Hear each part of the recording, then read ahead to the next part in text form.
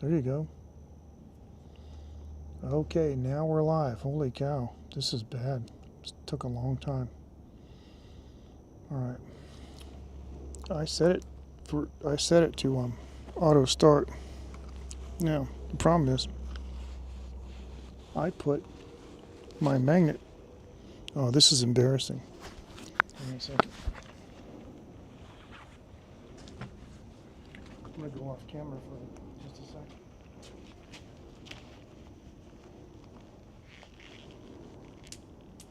Oh, I just heard it drop.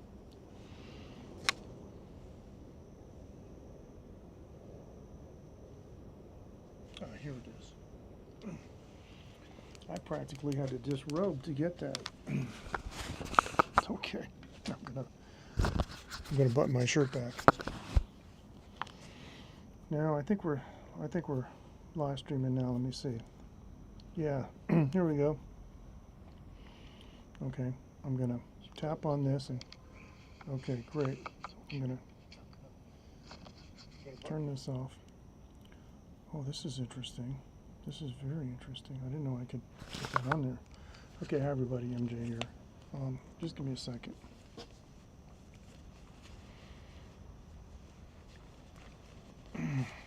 Tugging my shirt in. What I did was I'm using the mic too, and I put it on my shirt, and I always turn it on at the last second, you know, so I don't waste so much of the battery. And although it does, last for like 8 hours. So then I went to turn it on, and I accidentally pulled it. Now on my Bush shirts, the seam is really thick, and so the battery didn't want to hold. I mean, the magnet doesn't want to hold so well. And so what I did was I accidentally pulled the mic away, and yeah. So I'm unveiling a new cup tonight. It's the same style. I've seen it a million times. Just a brand new one. New battery, so forth. I keep several of these in my house because, you know, I run out of batteries or whatnot, or they just malfunction or something. But actually, I have one LED ice cube that's refusing to die. It's amazing. And I found the secret of longevity for them, and that is to make sure that you always open the battery door. You hear my voice? Oh. First of all, I'm trying to talk quiet, but I was yelling at traffic today. I'm trying to talk quiet, but I haven't had enough sleep. I've been doing a lot of work, which is good. And that's something else I want to talk about because I actually am feeling a lot better. And I think I found the root cause of all my heart issues and everything. And I'm going to have a talk with my doctor next week about this and let him know. But oh, there we go. It's tension. When I'm tired, and yeah, see how tension is everything in the voice.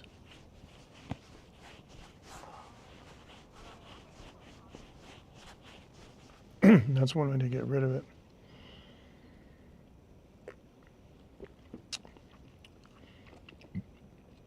I didn't read. I saw a YouTube video not too long ago from a doctor. And the doctor said, it's got a YouTube notification. What is that? If you've ever filmed a talking head Oh, Tamara's on, but I guess Tamara doesn't know that. Oh, you know what? I misspelled scary. It says sweary. Oh, that's really bad. So what I'm going to do is I'm going to go into a YouTube studio and see if I can't edit that. Let's see if I can edit it while it's running. I think I can.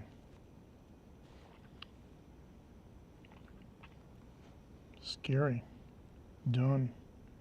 Save. Yeah. And we're still on, looks like. Okay, so let me start that. Okay. Yeah, that was cool. I just edited the stream because I didn't like that. Yeah, that's weird, man. I don't know how I did that. Anyway, as I was saying, I saw this YouTube video, and it was by a doctor, and the doctor, how can I get to the comments? Here we go. Okay. The doctor did a video, and it said, all heart arrhythmias are caused by the stomach. And I'm like, what? I've always got stomach problems. Hey, Ken, fist bump. How's it going, bro? This is that park I went to maybe 2 years ago that was all overgrown, and it was really scary, and tons of mosquitoes. And I still have mosquitoes, but it's not so scary because they cut it down. I'll show you in a little while. But it's actually pretty nice. I got it kind of it's all designed to look like fake wood. It's like a little umbrella over here, you know, and I'm trying to talk quiet so I don't disturb the neighbors. So how's the audio? I think it should be okay, right? It's kind of a dark stream except for the LED light. So I started reading. I started watching this video and a lot of her other videos, and it turns out it's all about hiatal hernia, and I'm always having problems with my stomach with indigestion and stuff. But I'm starting to get back to work because I'm feeling better. Here's the problem. I was taking a new medicine, and all the things I was doing, all the steps I was taking weren't helping because the new medicine wasn't working. I still need the medicine, okay? I still need the medicine, but I can do other things that work in synergy with the medicine and prevent my palpitations. Like today, I only had a couple. Yesterday, I had one or two, but there have been several days this week where I completely forgot I ever had an arrhythmia problem, and that is just amazing. So here's what I found out. I found out some exercises you can do for the thorax to push the hiatal hernia back down into the abdomen. Now, I haven't been diagnosed with a hiatal hernia. I'm just going on what this doctor says, and I'm doing things as if I have a hiatal hernia to see what will happen. Now, this is really strange. You know, YouTube has a lot of sharp people. I mean, audience members watching, you know. And when you watch a YouTube video, you can often learn a great deal of information by reading the comments. Now, a little low? Okay. Thank you. Let me, I can crank that up. Transmitter gain. Okay, transmitter gain is now at 0. Okay. I had it on -6. So I can crank it up a little bit more than that too. And I don't have noise reduction on because I don't need it right now. Yeah, and that would be,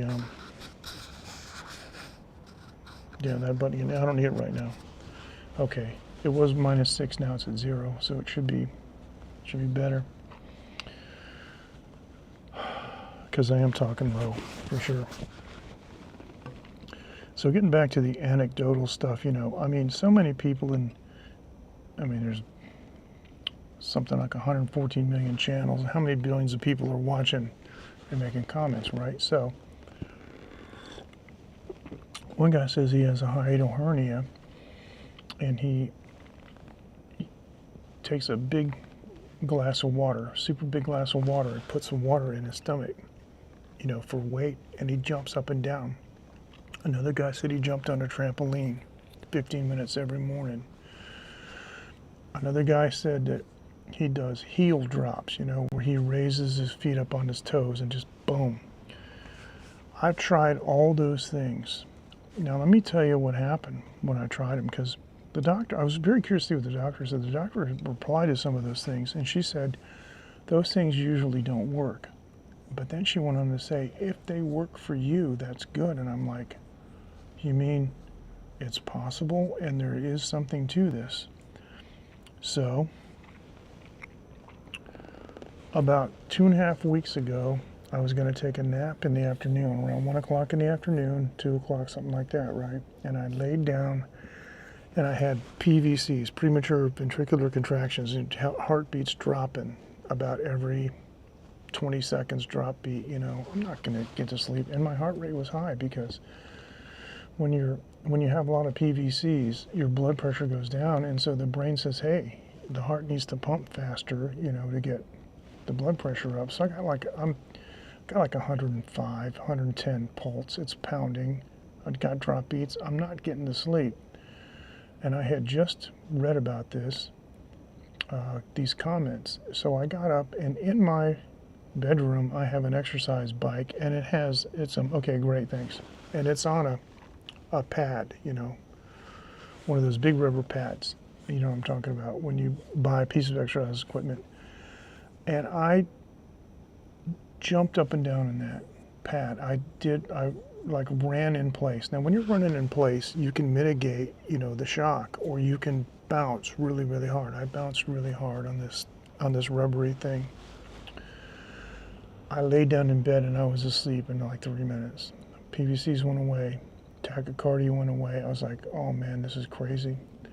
I was in the car today, and I was having 2 or 3 PVCs, and they were very prominent, where the interval between when the heart skipped a beat and it picked up the next beat was rather long.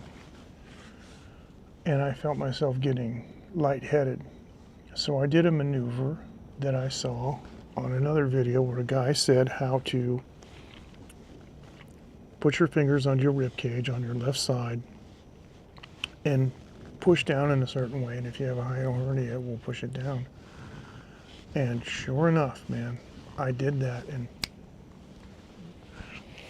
the other day, I was having, for somewhere, and it's funny because sometimes I'll cross my arms in front of my chest, but the length of my arms, it's like right on my diaphragm, and I push on my diaphragm, and all of a sudden I get palpitations. I never noticed that before. I'm like, whoa. I think I have a sliding hiatal hernia, and I'm going to talk to my doctor about how I can get a diagnosis, because I did have an endoscopy once, and the doctor said I had GERD, but he didn't tell me what it was. He didn't tell me if I had a hernia or just what it was. He just says, yeah, I saw it, you have GERD. Okay, great. But I should have pressed him. But back in that time, I didn't know anything about it, you know. Didn't know the questions to ask. So here I am now, and I was at home. And the other thing you can do too is take apple cider vinegar, because if you make your stomach more acidic, it actually tries to close that sphincter down in the bottom of the esophagus, and, you know, tries to get it to, you know, to pull the stomach back down if it in fact is going up into the thorax. Because what it is, it's crowding the heart. That's what these doctors say. Now, I'm not giving medical advice. I'm just telling you my experience. So here's what happened. One day I got PVCs, just crazy, just sitting on the sofa, and I recognized, okay, it's time. I got up and I ran in place in my living room. And again, I bounced really hard. Bam, bam, bam, bam, bam, bam, down really hard. And sure enough, PVCs went away. I'm like, you've got to be kidding. So I told you about that video that I saw of this guy that was laying down. He didn't even show his face. He just showed, you know, from neck down, and he showed you how to do that little maneuver, right? Apparently there are chiropractors that do that. But I read, because I want to see, I read the comments, and one guy says, you got to be kidding me. I've been on you know, these acid blockers, they're dangerous. He's been on medication, all kinds of stuff. He's been suffering. The guy had been suffering 20 years. He said he did this exercise, and 5 minutes later, his problem went away. And it's like,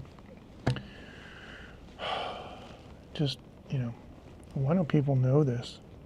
So there's a comedian, and guys, you know, he's okay. I don't think he's really that funny. But what he is he's an ordinary person who was suffering from some medical problems and he wasn't getting the answers. So he himself went around and dedicated his life to finding the answers to these things. And he wrote a little book, and it's an ebook, and I downloaded it. It's free, and I'm starting to read it, but it makes a lot of sense. This guy has no medical background, doesn't have any. He makes it very clear, just like me. I got no credentials whatsoever. But in my case, I have been an investigator before, you know, in engineering. And so you just apply the scientific method and standard investigative methodologies, and you can find stuff out, right? But that's what he did. And he put together this book, and he goes all around the world, man. People pay him big bucks to lose weight and get in shape. And one of the amazing things that he was saying was, and I don't know why this isn't more obvious, but he said everybody's chemistry is different, and you have to account for your own chemistry. That's why you can do a diet that your friend did, and your friend lost, you know, 20 pounds, and you put on 20 pounds because your chemistry isn't the same.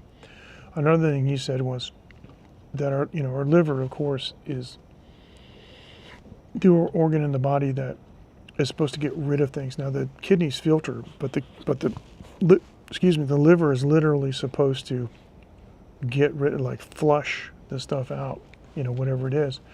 And in order for medicines to work, the liver is really good at what it does, but in order for medicines to work, the dose has to be high enough to overwhelm the liver, so some of it gets past the liver into the bloodstream. That's really interesting. I never thought about that. And he said that a lot of fat is what has kept people alive, because it's the liver offloading toxins or bad stuff like medicine that's not, you know, it's foreign, and preventing it from building up in the bloodstream, so it doesn't know what to do with it, so it just makes fat. And I was like, wow, that's really interesting. So I'm just starting to read this book, but this guy had some really good advice about hiatal hernia, and he's just a regular average Joe. The guy's a professional comedian. See, he lost his voice. He went to a concert, and he spent like 6 hours yelling, you know, at his girlfriend so he could be heard. And he lost his voice. He got really hoarse, and you know, the next day he couldn't talk, and it didn't come back. And he went to all the doctors, and the doctors said, well, we can't help you. There's nothing we can do. I have my own story about that too, as a matter of fact. And he refused to accept that, so he went on a journey. And I think, I just looked at this last night, I think it took him 6 years, but he got his voice back. He healed himself, and he apparently is pretty good at finding things. You know, there's some people that are just really sharp, you know, like that. So, yeah. All right, now, you guys know I recently bought a new guitar. I showed you a picture of it. I bought a 1958 specification Flying V Epiphone. And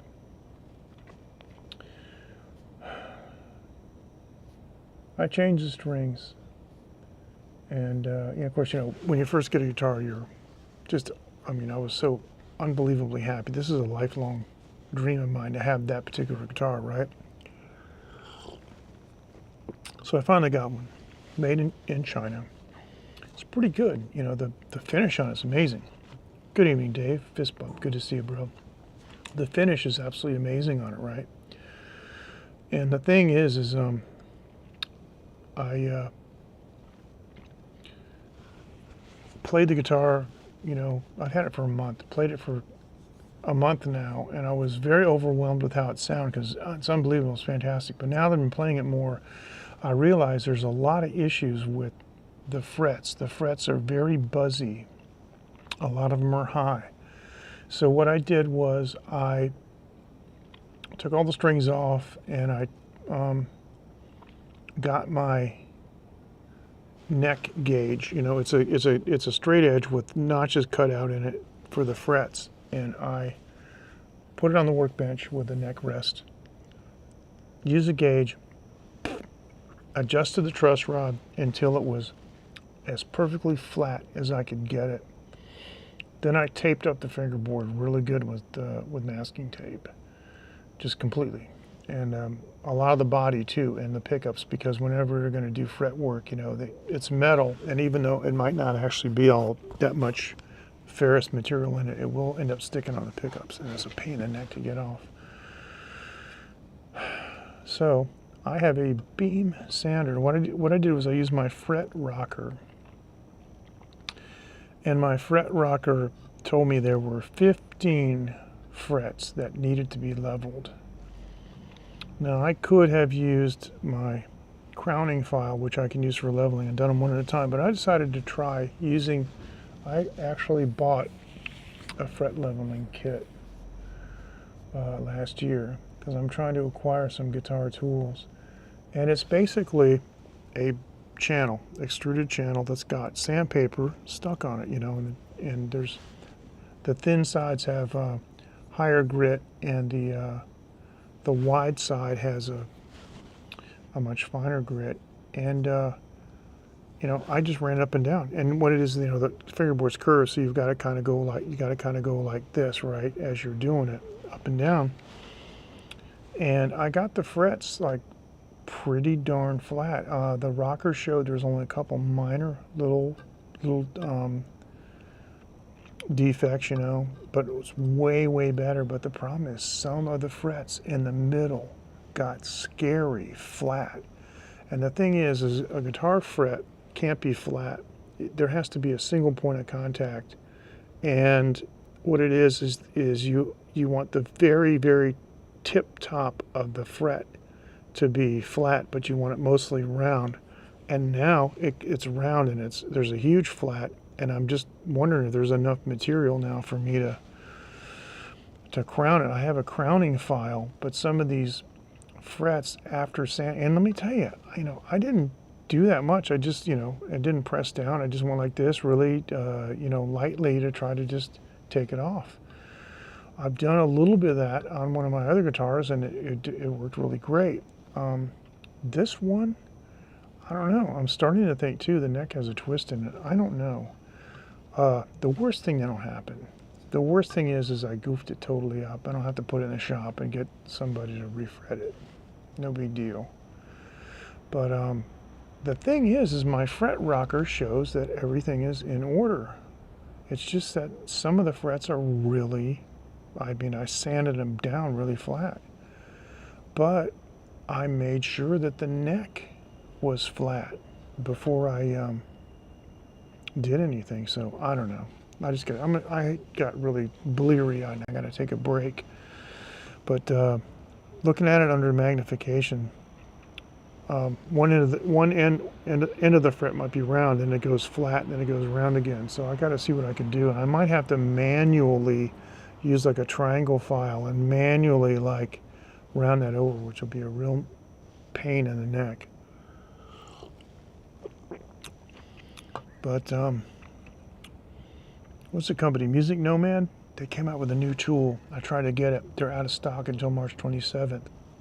It is a special fret crowning file. Nobody's ever done one like this before, and it is phenomenal. You just basically run it over the fret until it stops making noise. Because I don't know why nobody thought about this, but all the fret files, you know, it's a file with a slot cut in it, or excuse me, with a channel cut in it that have the cutting teeth. But even the very top of it, where it's supposed to be flat, that has teeth. And this particular file that Music Nomad came out with, there's a stripe down the center of that channel that doesn't have any teeth on it, which is what you're supposed to have. That should just be a little flat spot. So the crowning file that I have now, as I'm trying to crown my frets, it's still taking material off the center, which I don't want. So I hope I haven't messed it up too much. But over the next couple days, I've got some sanding to do, and I ordered some. I got a Dremel tool with a buffer wheel on it, you know, and I ordered some fret polishing compound. It's going to be here in 10 days. So I got I got well over a week. I'm not in any hurry. I wanted to get the guitar right. It took me, I'm 68 years old. It took me till I was 68 to get the guitar. I'm not really worried about not having it, in commission for a month or something like that. So, and besides, I got that new Red Special coming in July anyway. So I got no shortage of guitars, and I can always take it over to Cinchu, and for about maybe $300 US, I can get them to do a brand new fret job, or whatever. If that's the case. But one of the things I did today, because I had all the strings off and I'm prepping it, when you buy something and it's got that plastic on it, and for some reason the manufacturer will assemble the whole thing over the plastic, so when you pull it off, like there's plastic under the knobs, there's plastic, under any kind of hardware. You know what I'm talking about? That just makes me so upset. I've seen houses here in Taiwan where they put a wooden staircase banister, okay, in. Beautiful. And the uprights, they're turned on a lathe, right? The upright spokes, coming from the stairs up to the banister rail. And every single one of them has a plastic bag on it. And you've got to cut it, and it's just like, whoa. It's like, you ever been to somebody's house and they have the, lost me. And come on. Whoa, what's going on here? And yeah, they have the sofa, right? With the plastic still on it. I knew a guy that had a 2-meter handy-talkie. That's a ham radio walkie-talkie. And he had it for 15 years, and it still had the plastic on it, and it was all yellow and peeling. It was like, why do people do that?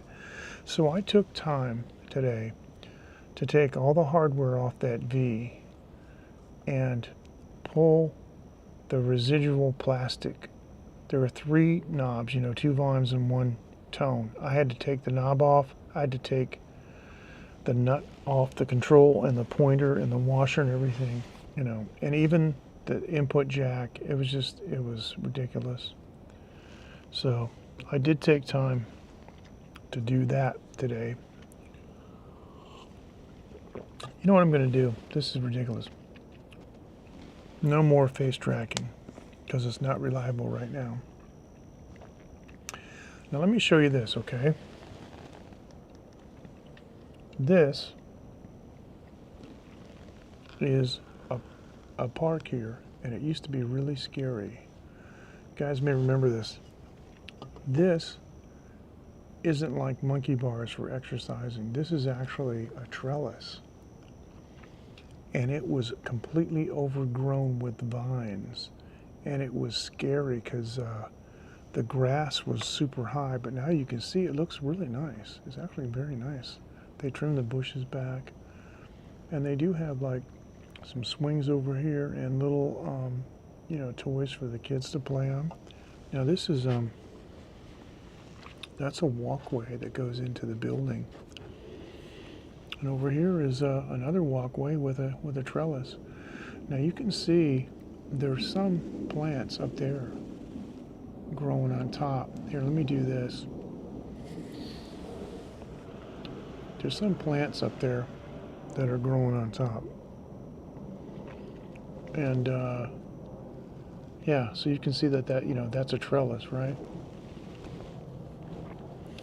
And it's so dark that you can't even really see, like in there right now. And over here too. Oh, thanks, Dave. Okay. I appreciate it, man. Sorry, I didn't even see your comments. I was just concentrating on on the video. But yeah, so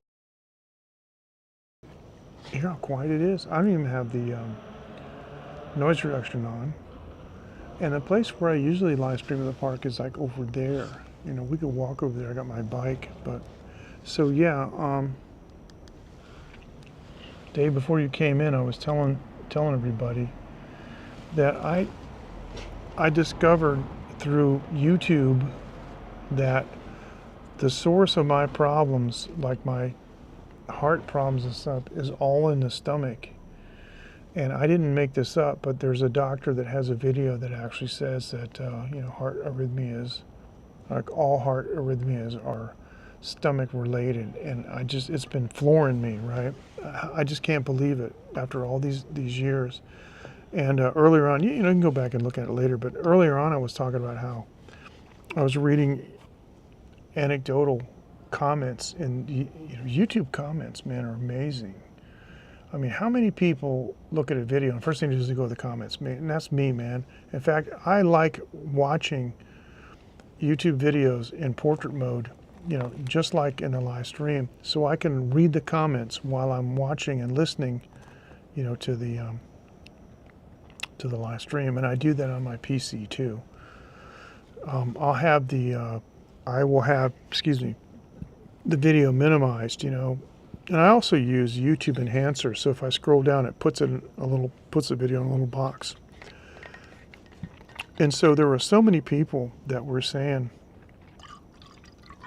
things like they would drink a huge glass of water to put some weight in their stomach, and they would jump up and down and get instant relief.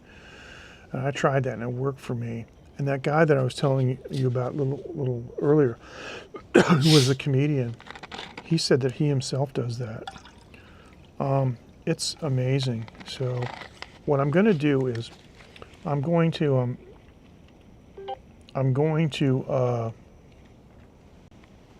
thanks, Ken. I appreciate it, man. Thank you so much. So I got a call from my wife, and I had to 86 it because I'm on the air.